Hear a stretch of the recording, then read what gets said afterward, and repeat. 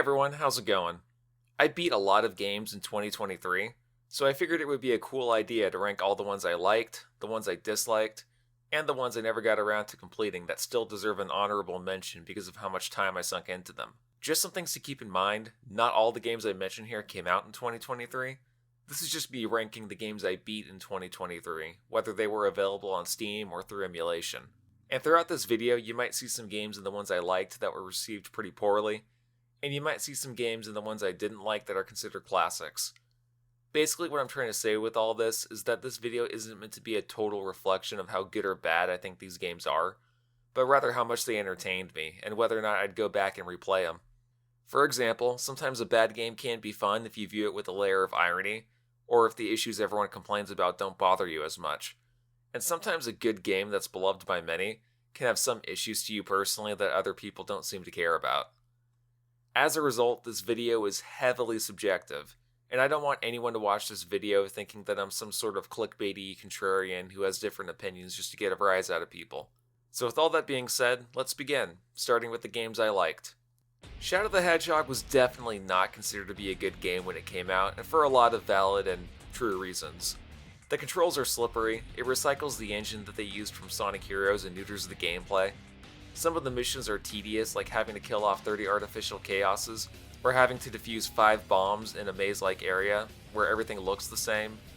Your chaos control powers are only good if you plan on going neutral. The story, despite adding on to the lore of Shadow's amnesia, makes no sense. And you have to play through the game 10 times in order to get the true final ending. So why the hell did I like playing it? Because it's fucking hilarious. I mean, it's a game where you play as a black cartoon hedgehog that swears, shoots guns at people, angsts over his past, and makes the player choose between siding with the government or a satanic-looking alien, as you travel across gritty levels while 2005 nu metal era penis music plays in the background. Also, I'd be lying if I didn't say nostalgia doesn't play a huge factor here, since I did have this game back when it was relevant. While it's true that the overall gameplay isn't as polished as the adventure games or even Sonic Heroes, eventually you adjust to its crap factor, and the game is very generous with having unlimited continues if you get a game over. So if there's that one section you keep dying on, or that particular mission that takes forever to complete, losing all your lives will give you the option to restart the stage without losing any of your level progression. This is going to be a weird example, but for me, Shadow the Hedgehog is unintentionally good, in the same way that a movie like Moulin Rouge is. Like, if you actually enjoyed Moulin Rouge without any layer of irony because you thought it was brilliant or poetic, then in my opinion that's kinda sad.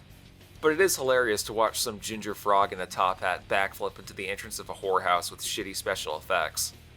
And in my opinion, the same logic can be applied to Shadow the Hedgehog. It's not horrible, definitely not a masterpiece by any means, but it was funny in retrospect, and the game itself is just okay. I originally beat Alex Kidd in Miracle World around a decade ago when they ported it to the PS3 as a digital download, but I used a lot of save states and found it to be pretty frustrating. Then a few years back, the game got completely remade and I chose to give it another chance, without save states. And thank God I did, because it's pretty fun despite how archaic some of the mechanics are. Not only does the main game let you swap between the remade graphics and the original ones on the fly with the press of a button, but they added new levels so older fans who might have already beaten this game before will experience something new. And as a bonus feature, it comes with the original Master System ROM, so purists will be satisfied as well. In short, I enjoyed playing through this game again legitimately, and while I think the classic Mario games are better, it's still a fun thing to blast through, and I'm happy it's available on modern platforms. Ever since I beat Aria of Sorrow for the first time back in 2020, I always meant to beat the other 2 GBA Castlevania games at some point. Well, back in June, I was in between jobs, so I basically just said fuck it and no-lifed Harmony of Dissonance for a couple days, and it's a solid game. Some fans like to say that the handheld Castlevania games are formulaic and heavily rely on gimmicks, and while I can understand where they're coming from, to me, they each come off as different takes on Symphony of the Night, and it's cool to see where they go with it. Aria of Sorrow lets you absorb the souls of enemies and use their powers against them, and in Harmony of Dissonance, there's 2 different castles that you switch between. While the layouts are similar, the puzzles, items, and bosses are all totally different, and I found it fun to compare and contrast them, sort of like Sonic CD. Another thing I liked were the controls. They give you both a forward dash and a back dash, allowing for some very fluid movement, and for a game that's all about backtracking through different areas and 2 different castles and gaining new abilities, it's extremely satisfying. Sure, the music for this game is kinda crusty, but eventually you'll turn a deaf ear to it, and even though Aria of Sorrow is the much better game in the GBA Castlevania trilogy, it's still worth a play if you're a fan of the series, or even a fan of Metroidvania games in general. I was not expecting to like this game as much as I did since I'm not a huge fan of roguelikes, but something I've discovered for myself this year is that I can enjoy them so long as they get fused with a genre I'm familiar with. In Cult of the Lamb, you play the role of a sheep who has to juggle between managing a cult, to max out your stats, and obtaining new resources by plowing through dungeons. Think of it as like a weird fusion of Harvest Moon and the 2D Zelda games with roguelike elements thrown in for a satisfying, but not completely frustrating experience. The art style they use, while not anything unique, looks fine, and the music is pretty catchy too. One nitpick I have is that the game ended way sooner than I was expecting. After I was done with the 4 or 5 dungeons and had to recruit at least 20 characters to fight a boss, I assumed that he was a mid-boss and killing him would open up another area with another set of dungeons, but I ended up beating it at around 20 hours, which feels pretty short for that type of game. Still, I had fun for what it was, and if you're as bad as me when it comes to roguelikes, maybe give this game a shot too, because overall it felt very noob-friendly. Beating Persona 3 was a long time coming. Back when I had a hacked PSP in high school, I got far into it, only to give up and move on to something else because of how long it was. Then I tried giving it another go on the PS3 when they re-released Persona 3 FES as a PS2 classic, and it was pretty much the same experience. Well, back in January, Atlus remastered the PSP version, or P3P as some people abbreviate it as, and released it for all modern platforms, including Steam. So I picked it up there and immediately got hooked. I know a lot of people prefer Persona 3 FES on PS2 because it has more content and has an overall higher production value, but it's the same situation with the HD and non-HD versions of Sonic Unleashed. The HD version has more content, but you have to collect the medals in order to progress, whereas the non-HD version makes collecting medals optional, and talking to NPCs is done through a menu instead of having to walk through every hub and remember where everyone is. In Persona 3's case, the PS2 version will have your mood decrease the longer you stay in Tartarus, and the daytime segments are filled to the brim with expositional cutscene dialogue and animations. The PSP version, though, will keep your mood the same no matter how long you stay in Tartarus. The daytime sections were reworked in the style of a point-and-click adventure interface, and interacting with NPCs is much more snappy this way. So after killing a major boss in the story, I would just pick a day to grind in Tartarus until I felt like I was strong enough to take on the next major boss, and then spend the rest of the month focusing on expanding my social links and updating my Persona roster in the Velvet Room. And playing it this way made things way more comfortable and fun for me. One criticism I hear a lot about the remaster of P3P is that Atlus used an AI upscaler to remaster the graphics, and while a lot of Atlus nerds on YouTube have poked fun at all the graphical errors and lower sound quality, on a casual playthrough I never noticed anything stick out like a sore thumb. I mean, for a $20 remaster of a rare $300 PSP game, I think that utilizing AI upscaling is a small price to pay just to be able to play this game officially. I think the best way I can describe Bomb Rush Cyberpunk is Jet Set Radio, except it expands upon its ideas and gets rid of all the things that made it annoying. Gone are the wonky controls, gone are the automatic tricks, and gone are the tedious platforming sections. Keep in mind that I like and still enjoy Jet Set Radio, and I always load it up every now and then despite its flaws. But BRC introduces so many cool things that I think gameplay-wise it surpasses JSR in just about anything you can think of. I'm sure I'll get some comments about this, but in terms of the soundtrack, I still think that Jet Set Radio is much better. Not to say that the soundtrack for BRC is bad, far from it, but the style has less of an energetic punk rock influence and more of an electronic hip-hop influence that feels mellow. Some might even say it's too mellow. But regardless, songs like I Wanna Know, Get Enough, and Big City Life got stuck in my head a lot, while songs like Agua, and that one where some bitch was singing about getting her hair done got really annoying. Maybe if they just made certain songs play during specific chapters instead of having them get shuffled around as you play the game, I would appreciate them more, but whatever. The soundtrack isn't terrible, I just like Jet Set Radio's soundtrack more, and the gameplay of BRC itself is so satisfying that I think any flaws or nitpicks can be easily ignored. Growing up, I always used to play Pokemon Fire Red, And once I discovered emulation, I tried beating Pokemon Yellow several times throughout my life, but got bored and just thought that Fire Red was a superior version because of all the quality of life improvements that Gen 3 brought to the table. So when I finally decided to beat Pokemon Yellow for the first time this year, I wasn't really expecting much other than an older version of Fire Red. But if I'm being honest, I can see why people who grew up with Yellow don't really think Fire Red is an authentic remake. Now, granted, I still think that Fire Red is the better polished game, but there are some unique design choices Yellow had that don't get carried over. For instance, the sprites are chunkier, your inventory is limited, there's no Dark-type Pokemon to cheese through Sabrina's gym, you don't have running shoes, fights in general have a different type of RNG. To put it bluntly, the Gen 1 remakes for the Game Boy Advance feel more like overcorrections than actual refinements. And looking back, I wish that they just more faithfully remade Gen 1 with those old design choices intact, instead of just throwing on a Gen 3 coat of paint for everything. And despite online reviewers claiming that you can break the game in so many different ways, Pokemon Yellow didn't feel broken or tedious at all. Overall, just a solid beginning to a very successful franchise. I've owned and played many Sonic game compilations over the course of my life, with Sonic Mega Collection Plus being literally one of the first games I had. Not to mention the collection for the DS, Sonic's Ultimate Genesis Collection on PS3, the Mega Drive Collection on Steam, and despite so many people claiming how disappointing it is, Sonic Origins Plus, as of the making of this video, is a solid collection, and my personal favorite way to play these classic games now. Sure, it sucks that they delisted the old Mega Drive Collection ports off the Steam store, but it makes sense once you consider the fact that they were just basically ROMs using a shitty emulator with noticeable input lag. Sure, it sucks that this new collection is like $40, but it makes sense once you remember that they had to rebuild these games from the ground up, using a whole new engine and port them natively, instead of just doing the Digital Eclipse method of just slapping a bunch of ROMs together in time by Friday.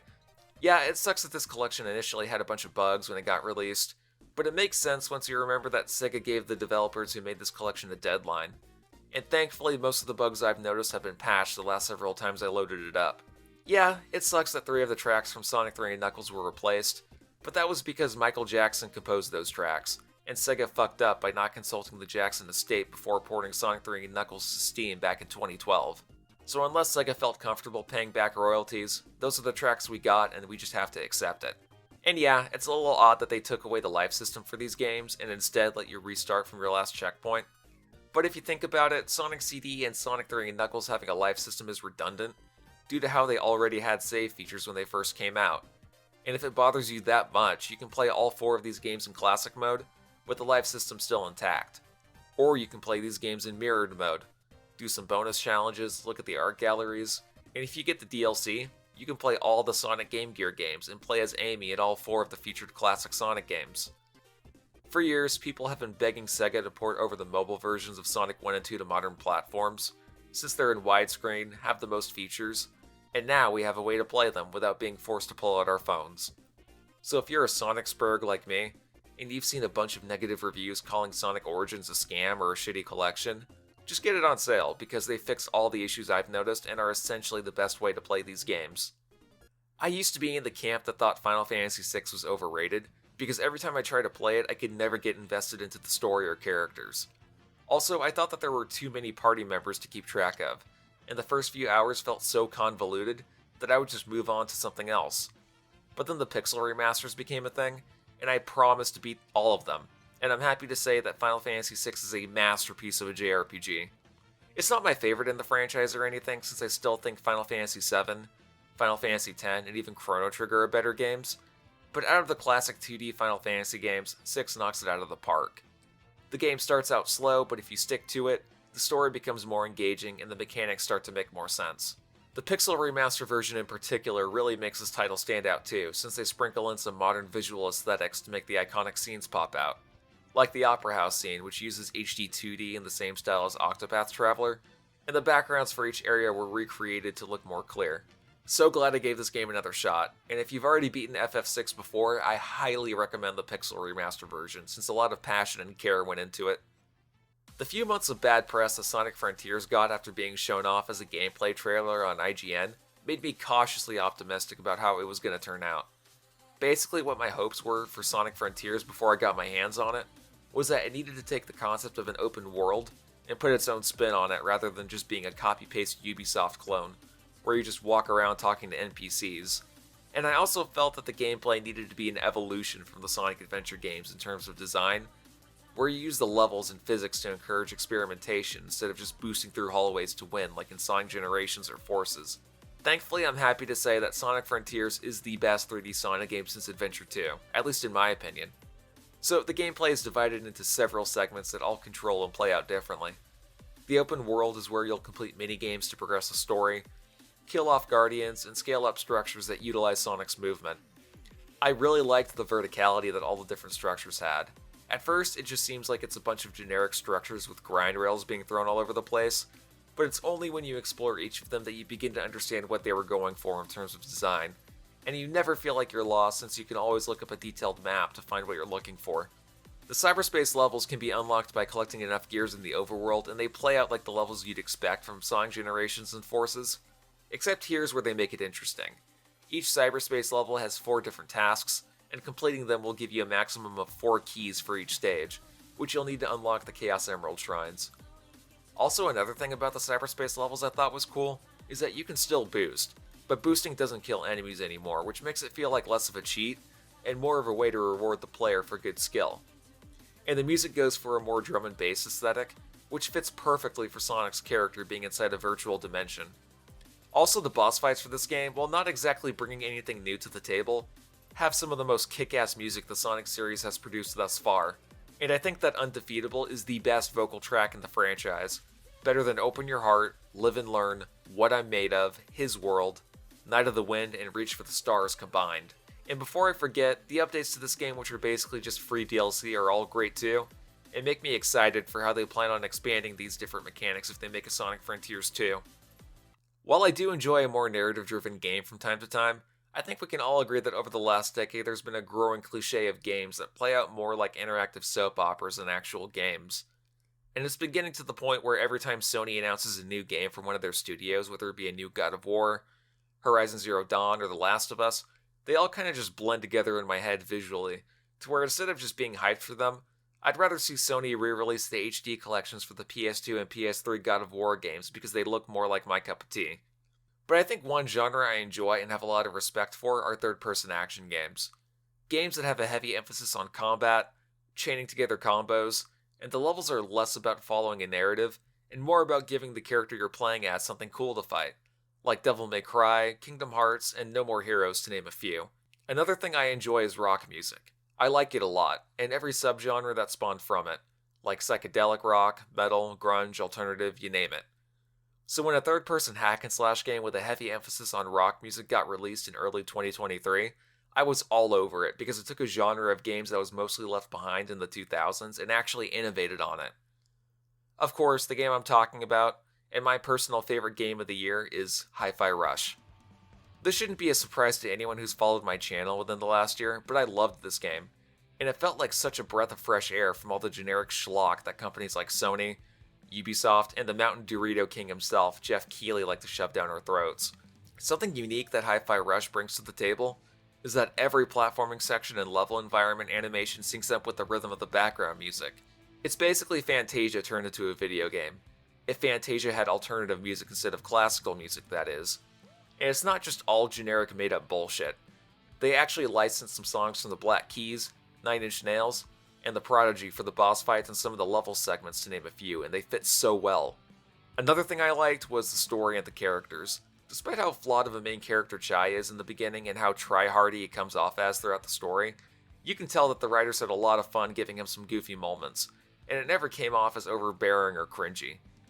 And to address the elephant in the room, I did make a video giving my opinions on the tone of this game and how being cheesy isn't the same thing as being cringy, and I was not expecting it to get half the views it got, or even a fifth of what it got.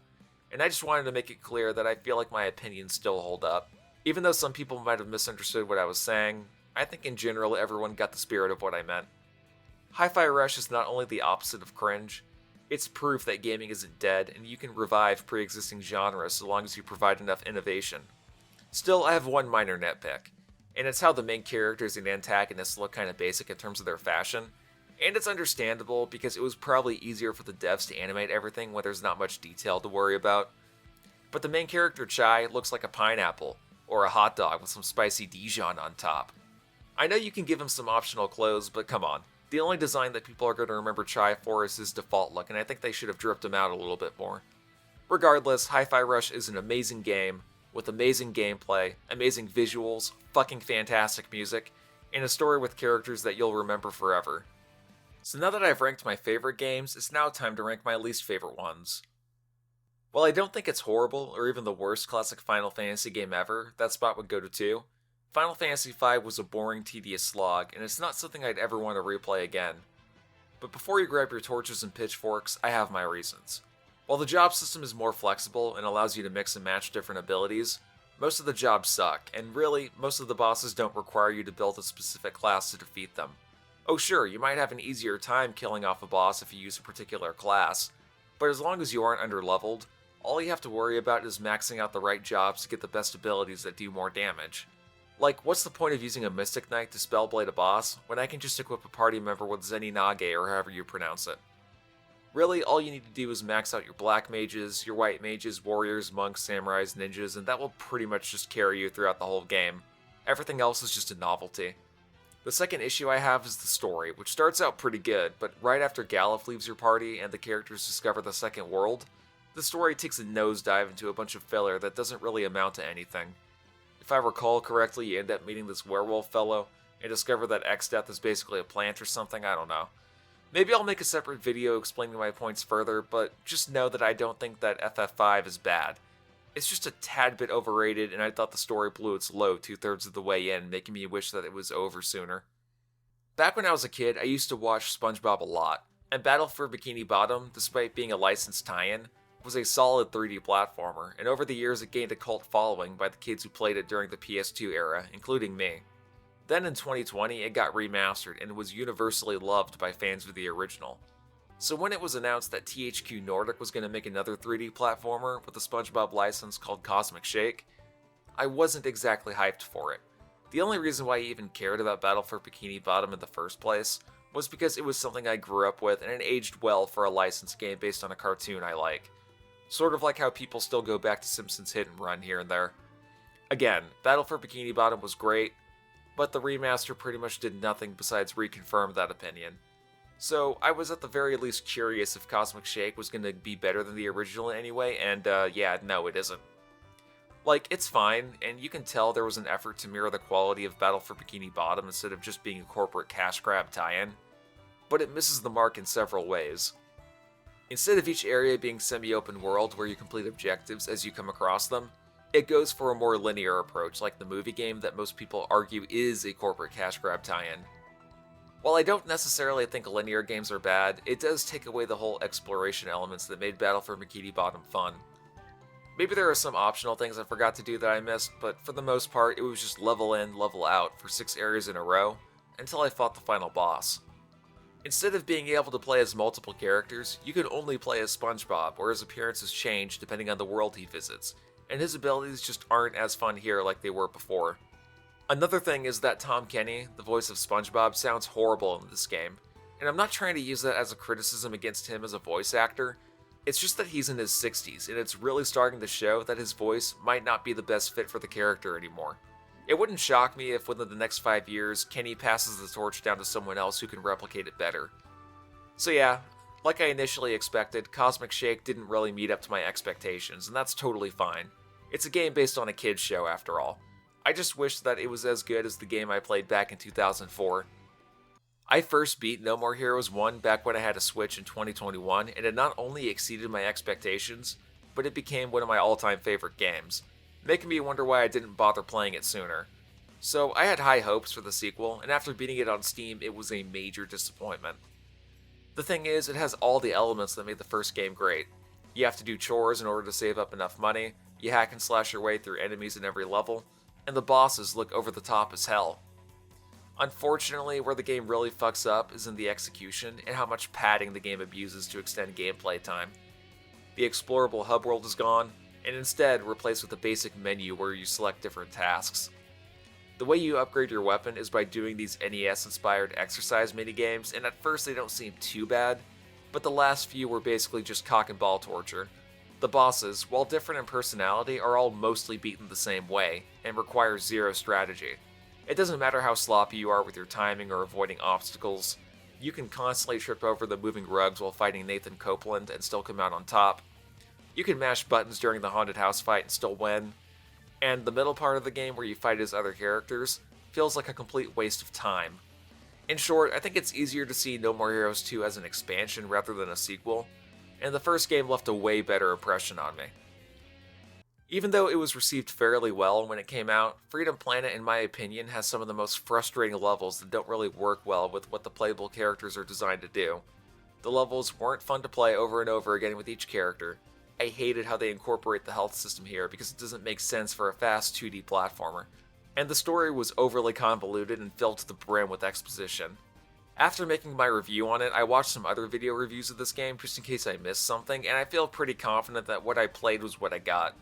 It's pretty much unanimous that the story was poorly written and goes on for far too long, and although opinions on the gameplay seem more positive, some of them praise the game in a way that makes no sense. For example, I saw another video review that stated Freedom Planet should be played more like a beat-em-up than a traditional 2D platformer. The thing is, beat-em-ups usually give you more flexibility with how you kill off waves of enemies, and Freedom Planet doesn't really give you anything to help with crowd control. The bosses are forgettable at best, to frustrating at worst, and none of the music was good except for maybe a few tracks. In short, I think this game is heavily overrated, and I don't understand why washed-up game reviewers on YouTube were kissing its ass back in the day. Pokemon Platinum, in my opinion, was a huge downgrade from the first 3 generations of Pokemon that came before it.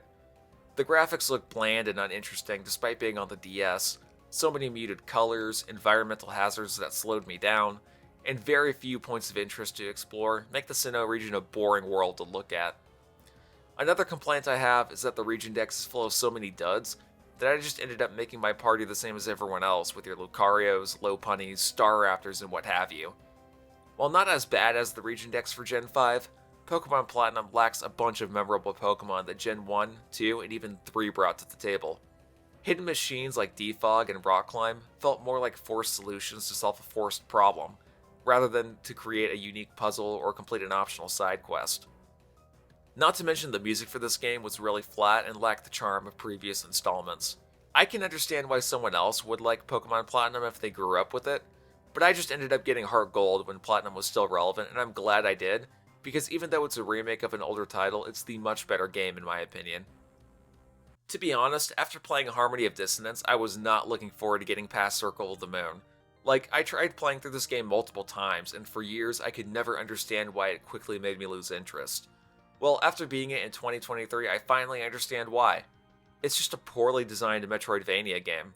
First off, the controls are really stiff. In order to run it all, you need to find an upgrade for it 5 minutes into the game, and you have to double tap the D-pad in the direction you want to go. And this is something that you never get used to, by the way. It's not like after a few hours it becomes second nature. There's always going to be this lingering thought in your mind at how you wish the devs would just give you a proper walking speed by default. The general gameplay has its issues too. Abilities aside from that high jump weren't fun to use and serve more as a way to destroy an obstacle than add on to your character's moveset. There's no shop in the game at all, meaning that any items you get, whether it be potions or mine restores, are going to be found by farming enemies. And I hated the card system because it goes against what makes fighting bosses in Castlevania games fun for me. I don't want to die multiple times through trial and error just to find the right card combinations to stagger a boss quicker. I just want to be able to use the right abilities, weapons, and use their patterns against them to kill them off in a satisfying way like every other game in the series. Another knock against this game is that it isn't even canon to the Castlevania lore since it contradicts what was already established.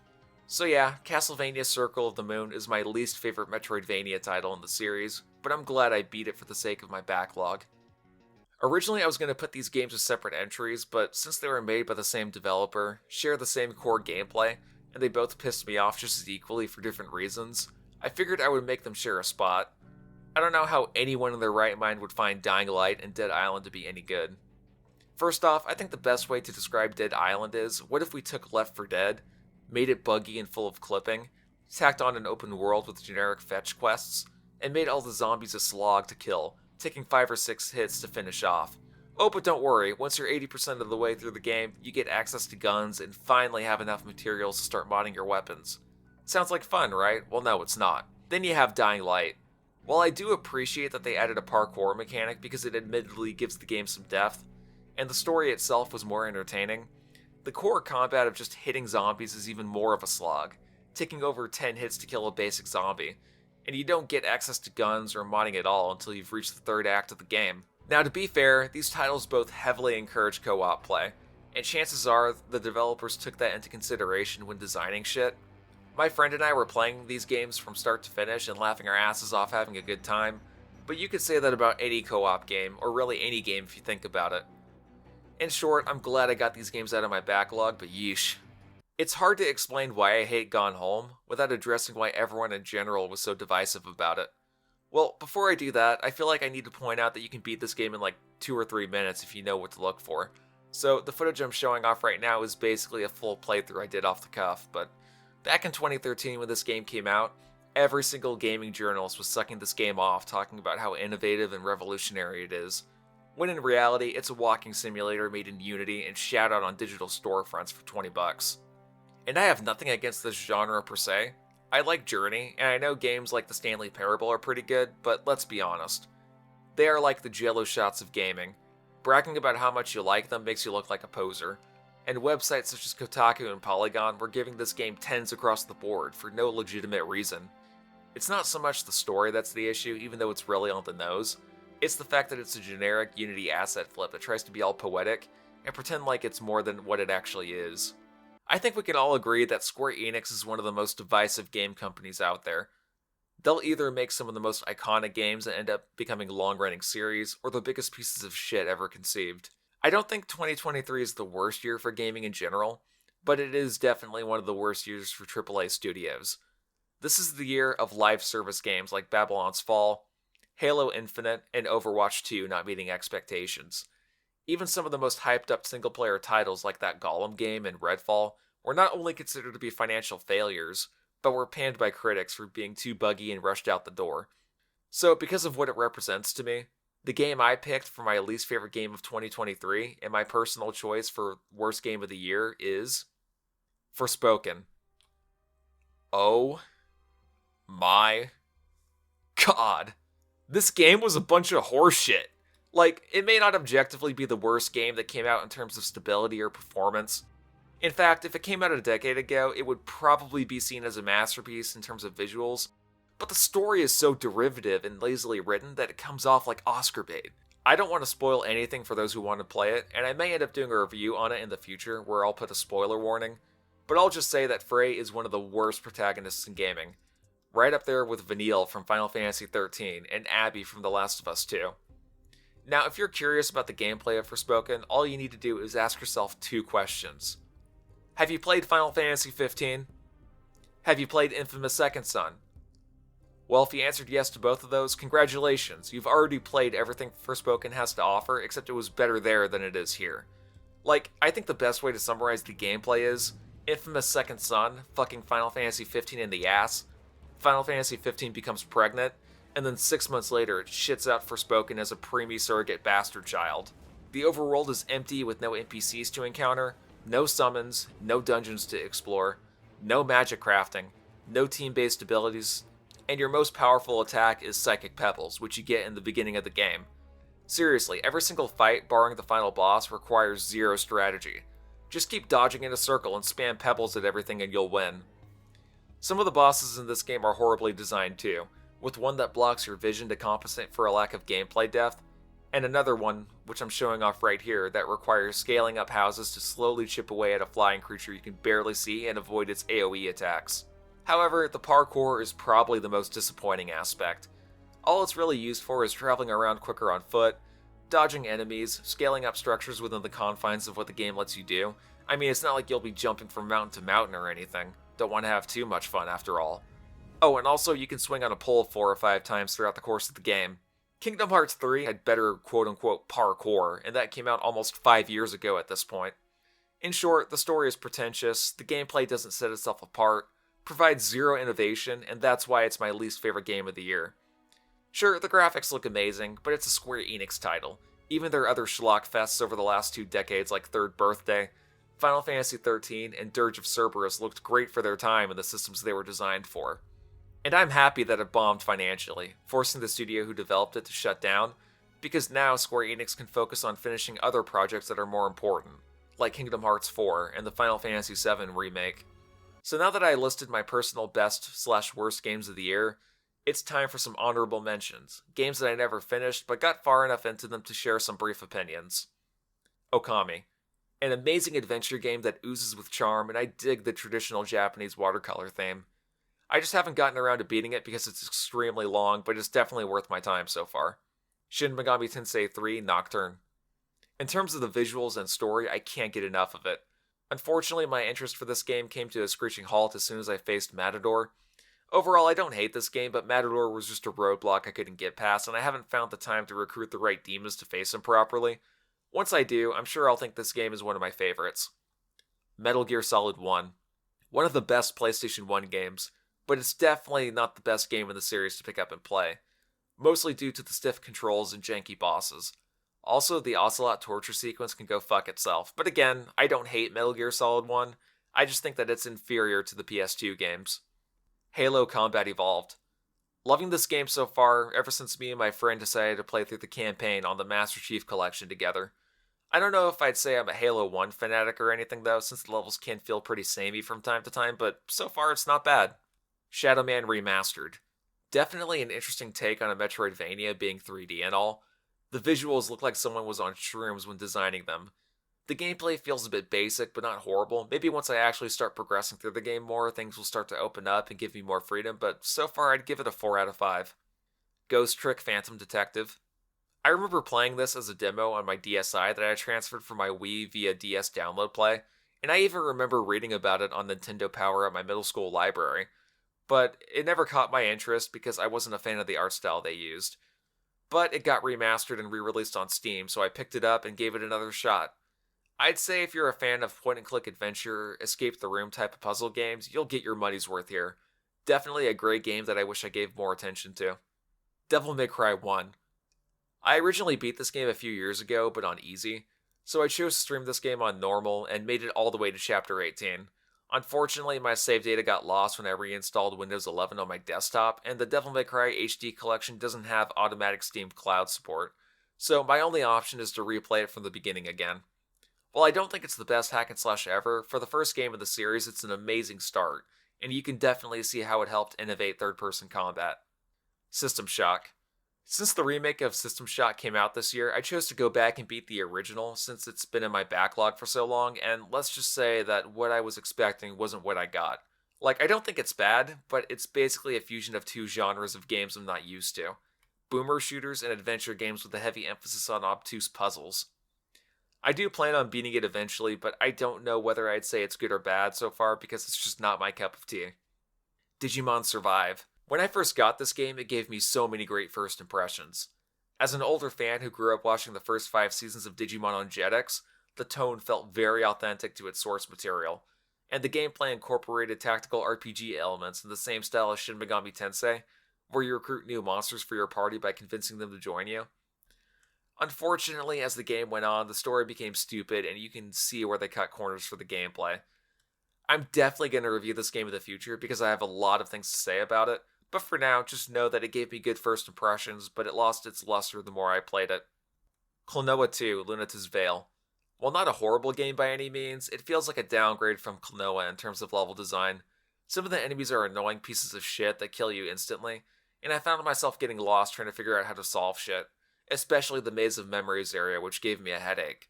That being said, I think everyone should get the Klonoa Fantasy Reverie collection on whatever system you play games on, because Klonoa is an underrated franchise that deserves more attention. And finally, Sonic Superstars. My fears for it becoming new Super Sonic Bros ended up becoming true, sadly.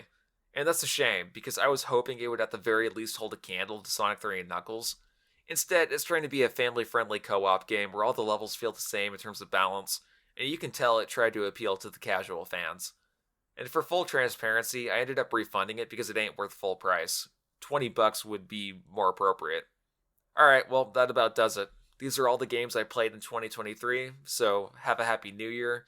May 2024 be even better, and I'll see you all in the next video. Peace.